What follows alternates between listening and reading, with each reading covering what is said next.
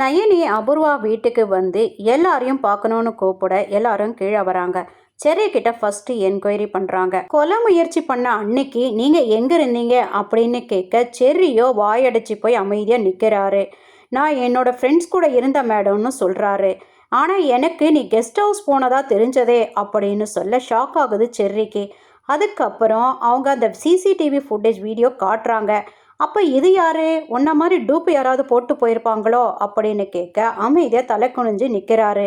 உடனே மீராவோ டே செர்ரி நீ ஏன்டா அங்கே போன அப்படின்னு கேட்க அதை நான் கண்டுபிடிச்சிக்கிறேம்மா நீ கவலைப்படாத அப்படின்றாங்க மீராவை பார்த்து. உடனே கேபியை பார்த்தும் கேட்குறாங்க நீங்கள் அன்னைக்கு நைட்டு எங்கே இருந்தீங்க அப்படின்னு கேட்க கேபி ஷாக் ஆகி அப்படி தலையை கீழே குனிஞ்சிக்கிறாரு.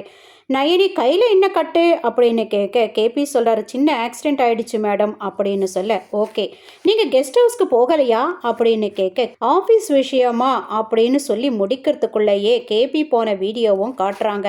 சிக்னேச்சருக்காக நான் போக வேண்டியதாக போச்சு மேடம் அப்படின்னு கேபி சொல்ல உடனே அபூர்வாவும் என்னது நீங்கள் 2 பேருமே கெஸ்ட் ஹவுஸ் போனீங்களா அப்படின்னு கேட்க வீடியோ தான் இருக்கே அபூர்வா அப்படின்னு நயனி சொல்கிறாங்க. யார் கொலை பண்ணினது கொலை பண்ண தூண்டினது யாருன்னு சீக்கிரம் கண்டுபிடிக்கிறேன் அப்படின்னு சொல்லிட்டு அங்கிருந்து நயனி போகிறாங்க. ரவுடிங்க கிட்ட இருந்து நயனி பூமியை காப்பாற்றின உடனே பூமி அங்கிருந்து ஓடி வரா ககன் வீட்டுக்கு. அத்தை அத்தை அப்படின்னு கூப்பிட்டுக்கிட்டே ஓடி வரா. என்ன ஆச்சுமான்னு சாரதா கேட்குறாங்க. இவ்வளோ சந்தோஷத்துக்கு காரணம் என்னன்னு தெரியுமா உங்களுக்கு? நான் பெயில் மேலே இன்னைக்கு வெளியில் வந்திருக்கேன்னா அதுக்கு முக்கிய காரணம் உங்கள் பையன்தான். டாக்டரே என்கிட்ட சொல்லிட்டாரு அத்தை அப்படின்னு அவள் சந்தோஷமாக சொல்ல உடனே சாரதாவோ அவன் எப்போ என்ன பண்ணுறானே தெரியல, சரி விடு, எப்படியோ உன்னை பாதி கேஸ்லேருந்து விடுவிச்சிருக்கான், அதுவே சந்தோஷம் அப்படின்னு சொல்ல உங்கள் பையன் எங்கே இருக்கான் அத்தை அப்படின்னு பூமி கேட்க மேலே தான்மா இருக்கான் அப்படின்னு சொல்ல பூமி மேலே ஓடி வந்து பால்கனியில் நின்றுட்டு இருந்த ககனை பின்னாடி வந்து கட்டி பிடிச்சு சொல்கிறா. அந்த டாக்டர் எல்லா விஷயமும் எனக்கு சொல்லிட்டாரு. நான் என்ன கைமாறு செய்யறதுனே எனக்கு தெரியல. நீங்கள் என்னை எவ்வளோ லவ் பண்ணுறீங்கன்னு இப்போ எனக்கு புரியுது.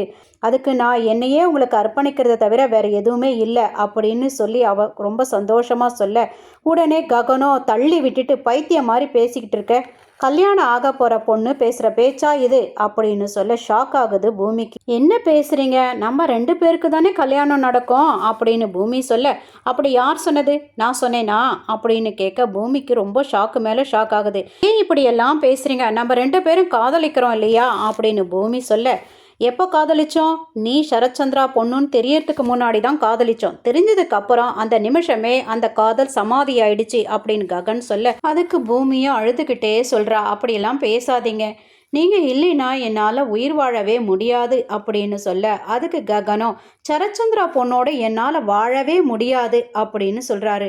பூமி கேட்குறா ஒரு காலத்தில் என் கூட வாழணும்னு ஆசைப்பட்டீங்க, இப்போ என் கூட வாழ விருப்பம் இல்லைன்னு சொல்கிறீங்க, இதில் ஏன் தப்பு என்ன இருக்குது, அவருக்கு மகளாக பிறந்தது தான் என் தப்பா அப்படின்னு கேட்க ஆமான்றாரு ககன்.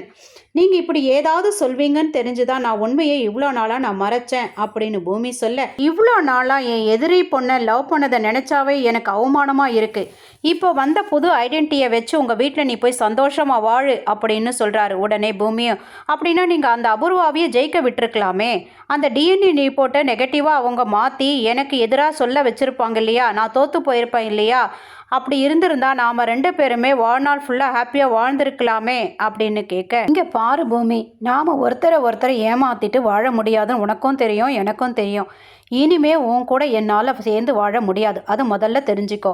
அந்த அபூர்வா கையால் உன் மானமும் உயிரும் போகக்கூடாதுன்னு தான் நான் உன்னை காப்பாற்றுறதுக்காக இந்த டிஎன்ஏ ரிப்போர்ட்டுக்கு போராடினேன், அவ்வளோதான், உன் மேலே இருக்கிற லவ்வால் இல்லை, போ, இனிமே ஒரு நிமிஷம் கூட என் வீட்டில் இருக்க முடியாதுன்னு சொல்ல கையெடுத்து கும்பிட்டு கேட்டுக்கிறா பூமி. ஒரு நிமிஷங்க ககன் எதுவுமே காதில் வாங்காமல் தரன்னு இழுத்துட்டு மேலே இருந்து கீழே இறங்கி வராரு.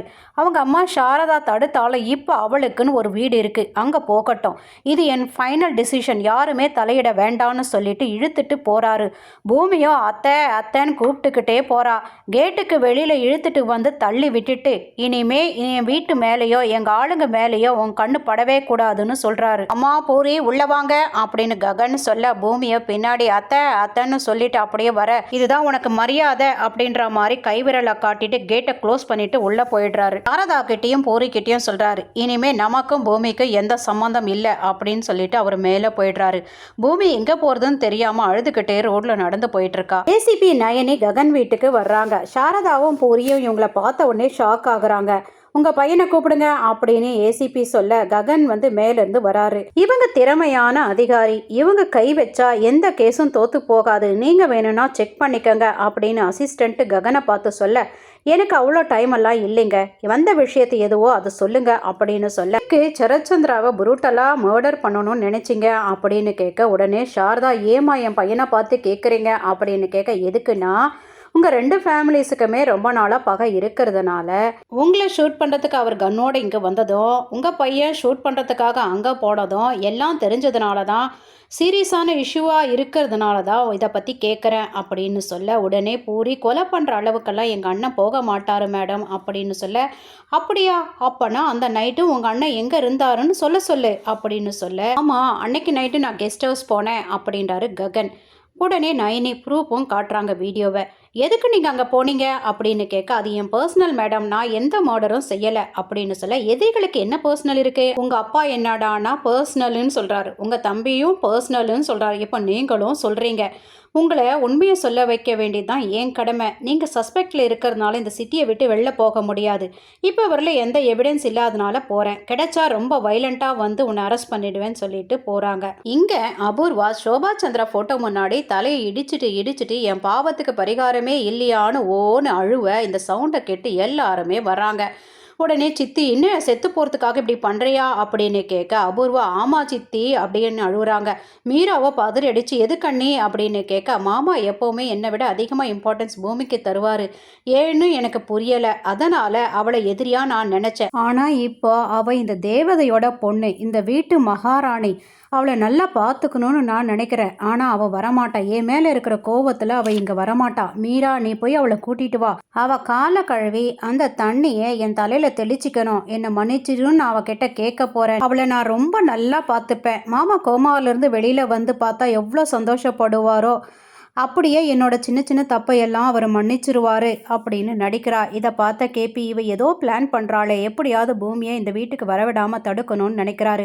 உடனே மீரா நான் போய் கூட்டிகிட்டு வரேன்னு கிளம்புறா. மீரா ஃபாலோ பண்ணி கேபி சொல்கிறார், கூட்டிகிட்டு வராது அப்படின்றார். உங்களுக்கு என்ன பைத்தியமா, நான் போய் கூட்டிகிட்டு வருவேன்னு கடம் பிடிச்சி போகிறான். சித்தி அபூர்வா பார்த்து சூப்பர் ஆக்டிங் பண்ணேன், ஆமாம் எதுக்காக இந்த ட்ராமா அப்படின்னு கேட்க, அந்த நேரத்தில் நக்ஷத்ரா அழுதுகிட்டே உள்ள வரா. போ மம்மி போ, இப்போ அவள் தான் உனக்கு முக்கியமாக போயிட்டா, நான் 2வது பட்சமாக ஆயிட்டேன், இந்த வீட்டு வாரிசுலையும் நான் நம்பர் 2 தான், அந்த ககன் மனசுலையும் நான் நம்பர் 2 தான் அப்படின்னு அழ ஆரம்பிக்கிறா. உடனே அபூர்வா, இங்கே பாருடி, நான் நடித்ததுக்கு ஒரு காரணம் இருக்குது.